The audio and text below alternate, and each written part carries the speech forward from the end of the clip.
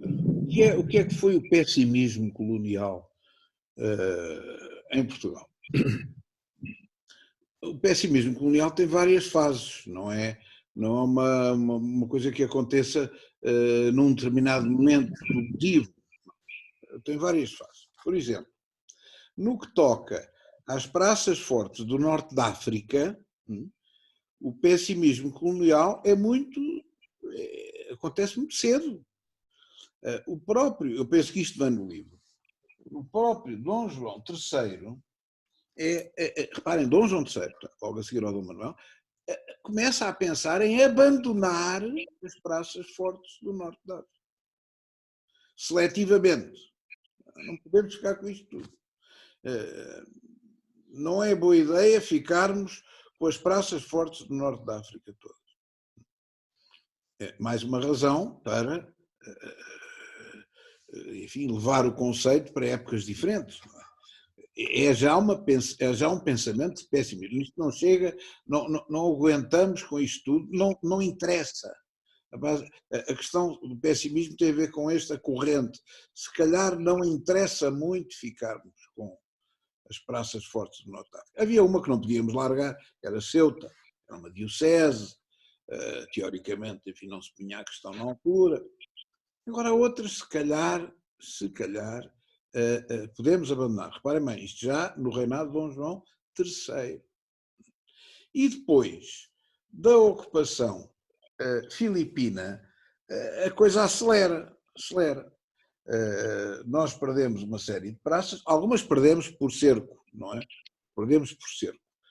No reinado de Dom João III, perdemos Santa Cruz de Cabo Guer, e o rei mandou evacuar, o próprio rei mandou evacuar Safim, Alcácer Seguer e Argila. O Dom Sebastião é que depois recupera a Argila. O Dom Sebastião é um bocado doido no meio disto tudo, porque quem tem um império do tamanho do português, se calhar não fazia muito sentido não só recuperar a Argila, como meter-se na loucura de Alcácer Quibir. Todos os generais, incluindo os generais espanhóis, que depois fizeram a ocupação do Reino de Portugal, como por exemplo o célebre general Dom Beltrán de la Cueva, duque,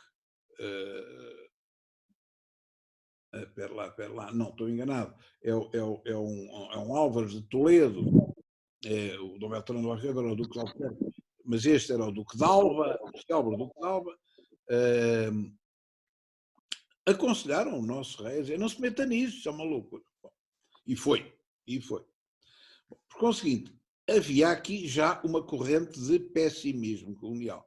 E no que toca ao norte da África, essa corrente não tem fim, a não ser quando acabam as praças fortes. Porque se reparar, com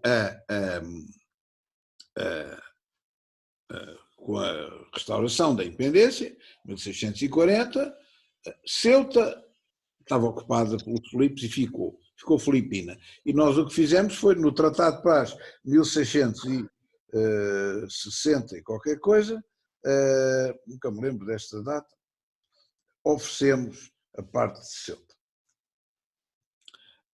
Ceuta é hoje uma colónia, é hoje um território espanhol por causa disso. Quanto às outras praças que recuperamos, Tânger e Mazagão, também nos desfizemos delas. Porque uma vai como dote Tânger vai como dote da rainha Dona Catarina de Bragança, que casou com o rei de Inglaterra. É uma coisa muito feia, mas muito inteligente, e fartou-se fazer alterações e era querida em Inglaterra e nas colónias. Por exemplo, Queens, o célebre bairro de Queens, é em honra dela, não é? Aquela célebre tradição do chá das 5 inglesa foi levada por nós. Os ingleses não bebiam chá, passaram a beber com a Catarina de Bragança. Era uma pessoa que teve alguma influência, não é? Na corte inglesa. Bom, e o dote que nós fizemos foi, Tânger, pega lá, olha, despachamos, isto já está, não é? Como disse, o Dom José abandonou a Praça Forte de Madagão em 1769. Olha, vai-se tudo embora, pegaram nas pessoas todas, levaram-nas para o Brasil e fizeram uma cidade chamada Portugal. Portanto, havia aqui já um princípio de pessimismo colonial. que tem a ver com uma avaliação realista da utilidade disto. Será que vale a pena, no tempo que corre, mantermos estas praças fortes militares a pagar? Nós temos pouca gente, nós temos poucos soldados, nós temos pouco dinheiro, vale a pena. Isto faz parte da corrente do pessimismo colonial, que aqui, aliás, foi vitoriosa. Bom, primeiro momento. O segundo momento tem a ver com a fase dos Filipes, não é? A fase dos Filipes, com a destruição da Armada Portuguesa, já falei disso e está gravado no meu canal do YouTube. Cria-se ali uma espécie de resistência, de rendição. Bom, não há nada a fazer, não temos possibilidades de defender o Império está a ser atacado por franceses e por holandeses, já nos conquistaram uma parte do Brasil, já nos conquistaram Luanda, Angola, já nos conquistaram São Tomé e Príncipe, está perdido. Pronto. Cria-se ali uma nova época de pessimismo colonial que, quem diz, acabou. Isto não tem cura. Aliás, o Partido Pró-Espanhol, que tinha, há muita gente a apoiar o partido austríaco, não é? O partido dos Áustrias, naquele caso do Filipe III, IV, não é? Terceiro de Portugal, quarto de Espanha. Porquê? Que eram austríacos. Por uma razão simples. Primeiro que eles eram os reis legítimos. Isso é que era a realidade. O rei legítimo era aquele, indiscutivelmente. E em segundo lugar, mau governante. Isso é verdade. Mas isso é uma lógica republicana, não monárquica. Não gostamos destes, mudamos e vamos buscar outro que a gente gosta. Isto é uma lógica republicana, não é uma lógica monárquica. O rei legítimo era aquele. E isto dividiu a nobreza, por exemplo, toda. A nobreza toda dividiu-se, partiu-se. Uns eram seguidores do António Prior do Crato, outros não eram. Uns queriam a República, até chegou-se a pensar nisso, à maneira do Cromwell. Outros continuaram felizes. Olha, eu tenho um antepassado meu, que foi um grande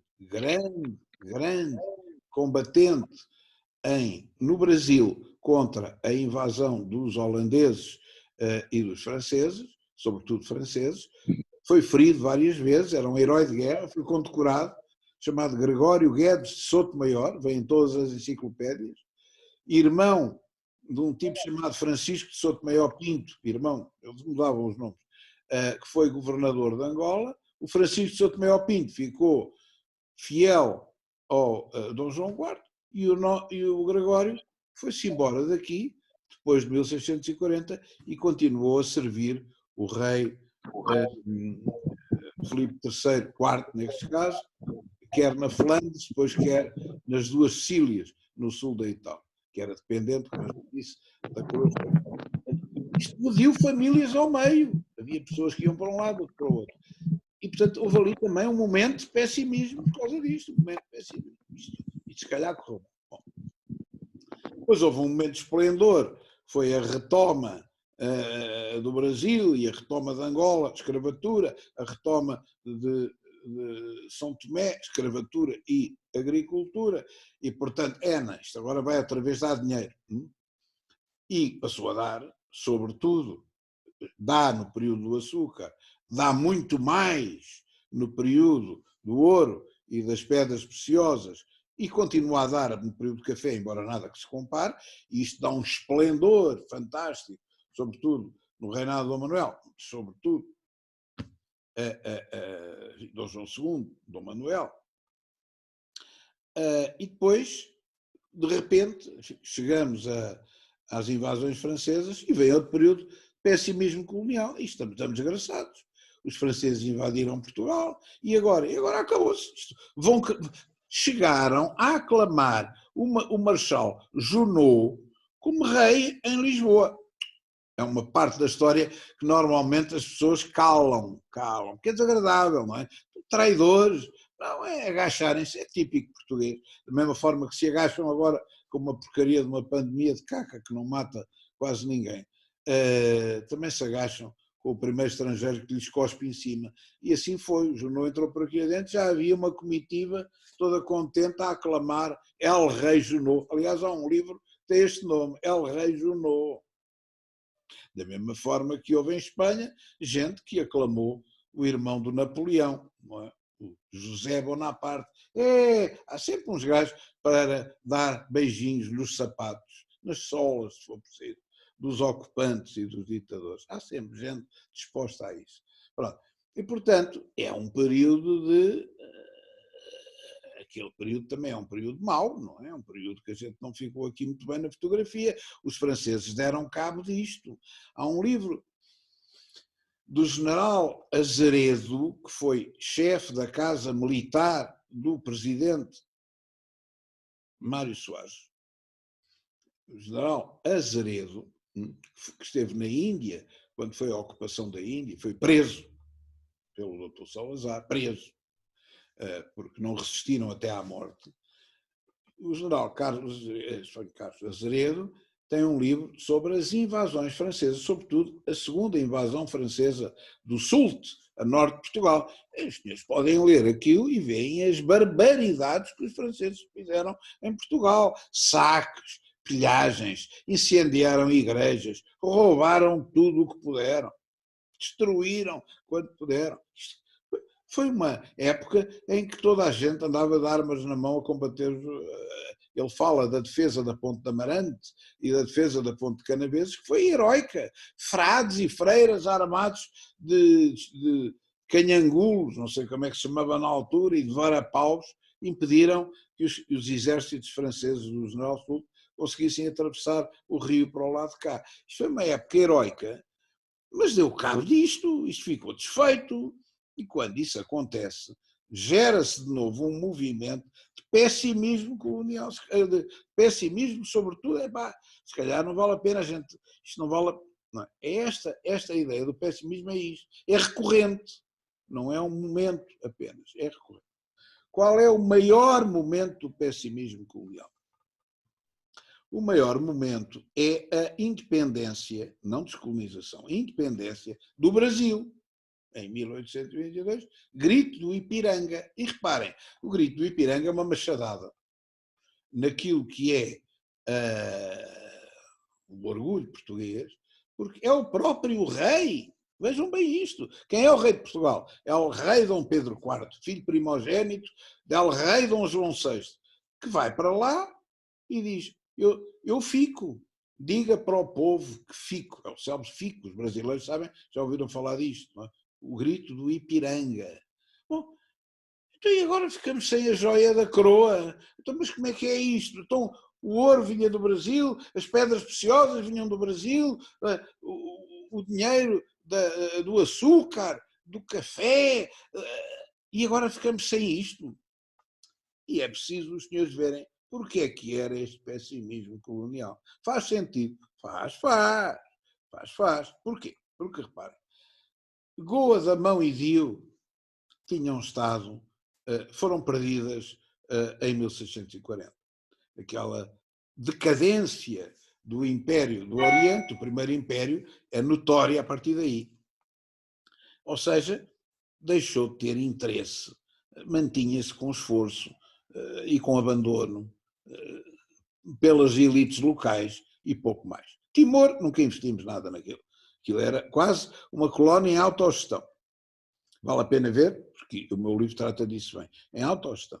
É um caso interessante, como era longe, paciência. Nem a ditadura, nem o Estado Novo conseguiu gerir Timor e acabar com a autogestão, com o poder local, com o bispo, enfim, com aquela troika que governava Timor. Funcionava assim, portanto, o governo não investia lá, aquilo vivia miseravelmente em autogestão e era para paciência, ficava lá. Macau dava dinheiro, mas dava dinheiro para o jogo, mais tarde, não foi? Até, a partir de uma altura começa a dar dinheiro, mas é recentemente. Angola e Moçambique, que podiam dar dinheiro, como vieram a dar depois. A Guiné nunca deu dinheiro, é uma ruína completa. A Guiné é uma ruína completa. Porque pronto, a única coisa que se tirava dali era castanha de caju, era a grande produção que tinha alguma utilidade, castanha de caju, havia algum comércio, a Casa Gouveia, a célebre Casa Gouveia, e pronto, não havia mais nada. A Guiné tinha um interesse muito relativo.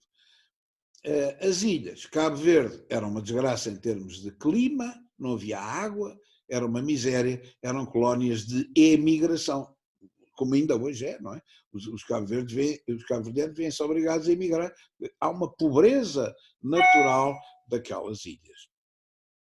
São Tomé não, dava dinheiro, as roças davam dinheiro aos ricos e empregavam mão de obra quase escrava, mesmo depois da abolição da escravatura. As roças eram uma belíssima fonte de rendimento para uma boa parte da burguesia agrícola, designadamente café, cacau, muito importante, e aquilo, enfim, são ilhas ricas, as pessoas não precisavam, havia ali populações que nem trabalhavam, como é o caso dos angolares, que são descendentes de um barco de escravos que afundou junto à costa, e eles fizeram uma espécie de um quilombo, e ainda hoje há descendentes desses angolares que não trabalham, vivem das bananas e vivem daquilo que a terra dá, que é muito, aquilo é muito fértil. Bom, de maneira que eram aí mas aquilo é pequeno, não é? São Tomé é pequeno. O Príncipe já não, o Príncipe é inóspito. Agora tem lá um belíssimo resort turístico feito pelos sul-africanos. Mas o Príncipe era pobre.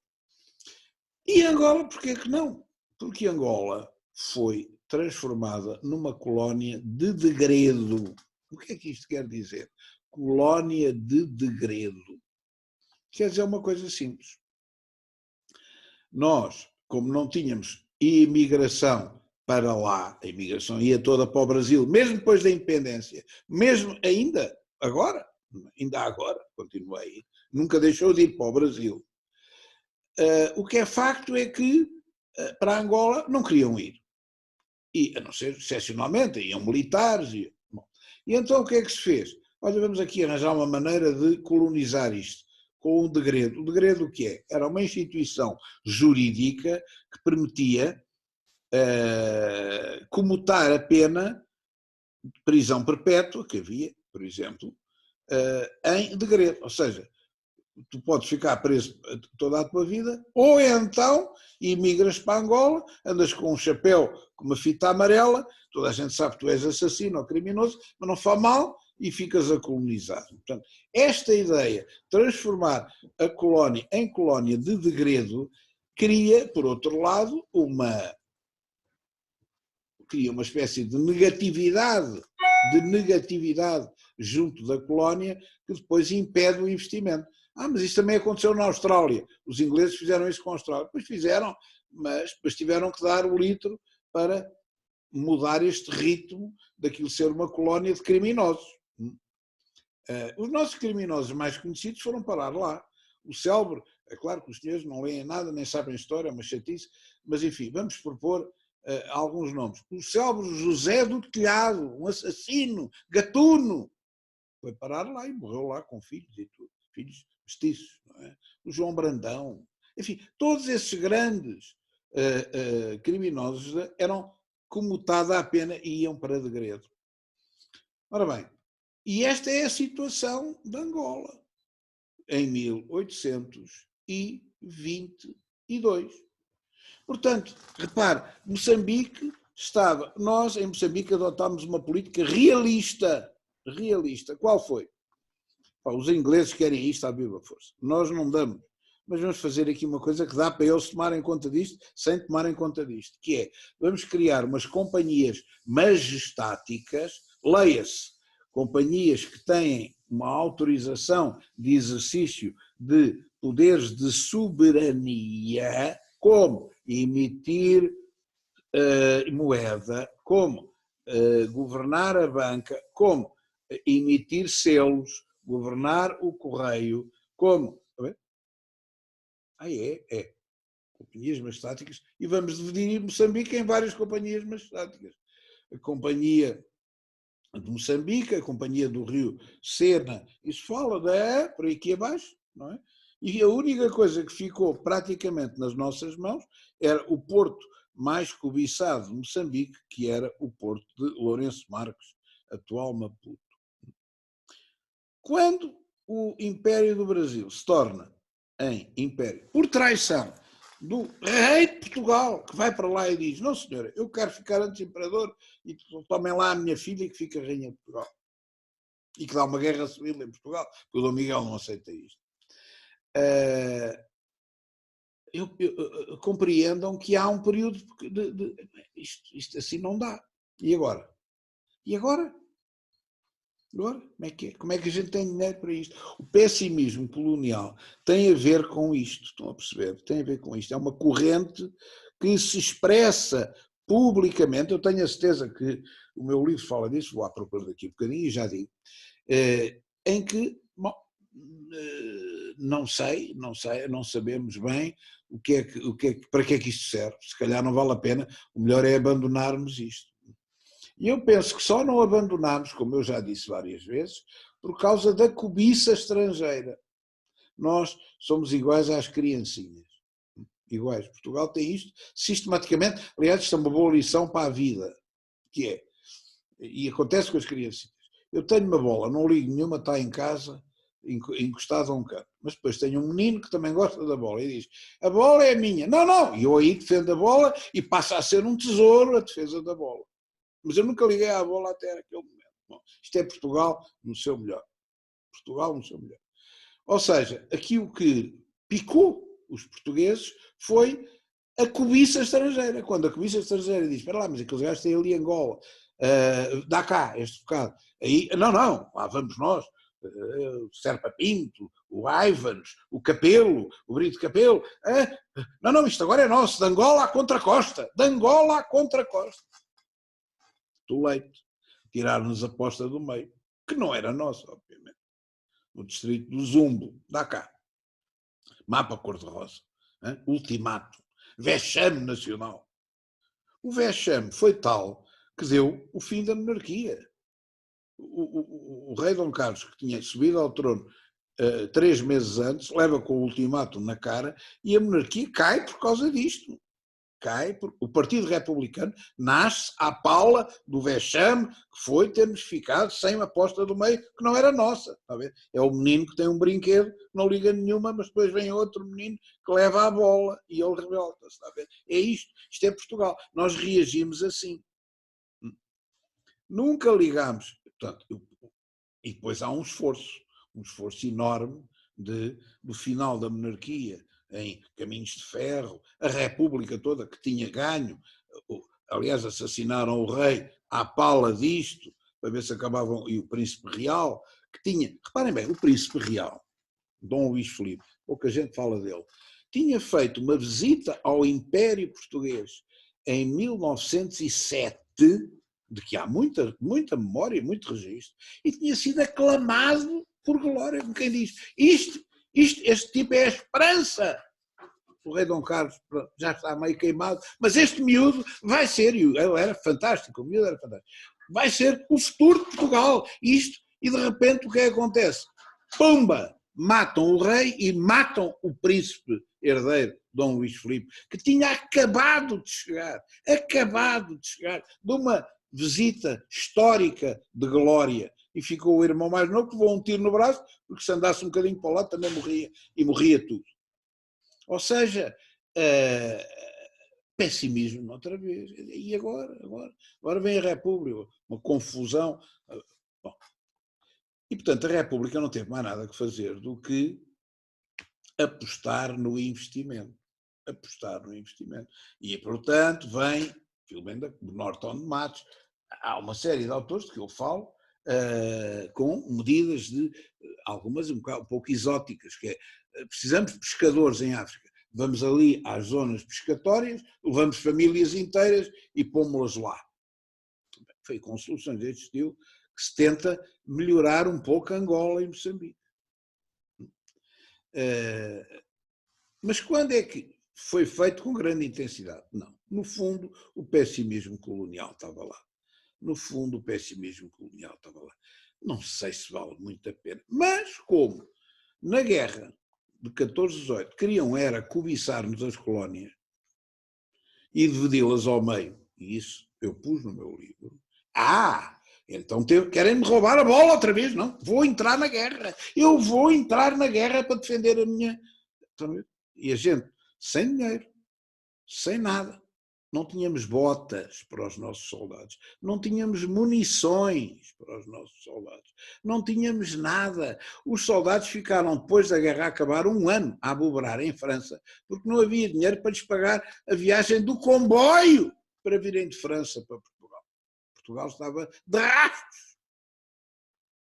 Numa situação destas, não havendo dinheiro para investimento, não havendo dinheiro para nada, não acham que é normal haver um momento de pessimismo colonial? É, claro que é. Quando é que isto tem novo boost? Quando me vem outra vez tirar a bola. Dá cá a bola. Ah, mas eu não quero. Onde é que está a bola? Tá, mas a bola é minha. Não, a bola é minha. Vou defender. Foi no tempo do doutor Salazar. Não ligávamos peva a Goa da Mão e Dio. Aquilo era, vivia com famílias autóctones, nobreza, aristocracia local e tal. E uns trocos dados pelo Império, na lógica do Império Português. De repente, União Indiana, dá cá, vamos invadir isto. Não é? O Nehru manda invadir Goa da Mão e Dio em 61. E o doutor Salazar não mandou nada. Diz-se, não sei se é verdade, é uma lenda que corre, espero bem que não seja, porque é vexatório. Havia um código telegráfico, em que bombas, ou espingardas, já não me lembro o que era, o nome era chouriços. E, portanto, mandam um telegrama, uma coisa cifrada para cá, a dizer que precisavam de chouriços. E dizem, um dia, eu ouvi esta história muita vez, que o governo português mandou para lá caixas com chouriços. Mesmo chouriços verdadeiros para comer. Ou seja, não havia hipótese nenhuma de resistir à invasão indiana de Goa da Mão e Dio. E mesmo assim, há um herói no meio disto tudo, chamado Cunha e Carmo, tenente, que com quando a armada, portanto eles invadem por terra e invadem por mar, vem a armada da União Indiana, no fundo feita pelos ingleses, e quando nos fazem um bloqueio, o tenente, salvo erro, Cunha e Carmo, não tenho a certeza, mas acho que é o nome assim, desembarca os seus soldados na costa para não morrerem e sozinho, com uma lancha, com uma metralhadora, investe contra a armada indiana aos tiros, com uma lanchazinha. Era a única coisa que havia, uma lancha com uma metralhadora. É claro, foi afundado e morreu. É um ato muito bonito, muito romântico, muito heroico. Mas isto foi a resistência portuguesa contra a invasão. Não ligámos peva. Mas o doutor Salazar não podia abrir mão daquilo. E disse, não, Goa é nosso e tal. E continuámos a dizer que Goa era nosso até 74. Até ao 25 de Abril. E Angola é igual. E eu sei o dia, porquê? Porque fazia 9 anos nesse dia. No dia 13 de Abril de 1961, o doutor Salazar faz o célebre discurso: vamos para Angola rapidamente e em força. Porquê? Porquê é que vamos para Angola rapidamente? Porque não tínhamos ido. É que não tínhamos ido. Portanto, se os senhores quiserem, é de 61 para 74 que se faz o grande investimento nas colónias de Angola e Moçambique. Nas outras não fizemos também, não é? A Índia já tinha ido, o Estado da Índia. Timor ficou abandonado. Guiné, mandámos para lá soldados quando começa a guerrilha. Mas não, o investimento é relativo. Não é? Fizemos o investimento necessário para combater. Em Angola não, em Angola fartámos de gastar dinheiro e fazer coisas, e em Moçambique fartámos de investir dinheiro, obras públicas, estradas, portos, linhas de caminho de ferro, apoiámos a criação de indústria pesada, isso mesmo. indústria transformadora, agricultura extensiva, aí foi a sério. Mas reparem, estamos a falar entre 61 e 74, são pouco mais do que 10 anos. Aliás, descontando os primeiros anos da guerra, são 10 anos. É nos últimos 10 anos que se faz o grande investimento na África. O que pressupõe, no fundo, um pessimismo colonial. Portanto, como é que eu explicarei isto? O pessimismo colonial é recorrente. É recorrente. É uma espécie de doutrina corrente política que para e diz: será que vale a pena? Será que vale a pena continuarmos com esta coisa, a gastar dinheiro e a mandar gente e a morrer gente por causa do império? Nós somos um país pobre, teso, não sei. Este é que é o fundo do pessimismo colonial, é isto. Não é? Isto aplica-se desde o Dom João III às partes fortes do norte da África, como vai até ao fim, digamos, da descolonização que ocorre entre 74 e 75. Penso que é esta, em resumo, aquilo que eu posso dizer sobre o pessimismo colonial.